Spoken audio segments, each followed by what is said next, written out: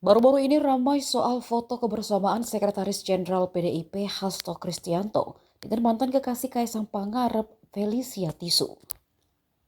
Tak hanya berfoto bersama Felicia, terlihat pula mantan calon mertua putra bungsu Joko Widodo tersebut. Pertemuan itu rupanya diunggah sendiri Felicia di akun Instagramnya. Ia bertanya soal gratifikasi kepada Hasto. Sementara Hasto yang ditemui wartawan menjelaskan jika dari pertemuan itu ia mendapat informasi berharga yang sifatnya rahasia. Meski demikian, Hasto mengaku enggan mengungkapkan apa informasi berharga yang disampaikan Felicia beserta ibunya. Lebih lanjut dikatakannya, informasi ini dianggap sebagai suatu energi besar bagi PDIP. Nantinya informasi tersebut akan digunakan PDIP dalam proses menegakkan kebenaran. Ia lantas menyinggung keluarga Presiden ke-7 Jokowi yang dinilai merusak demokrasi negara.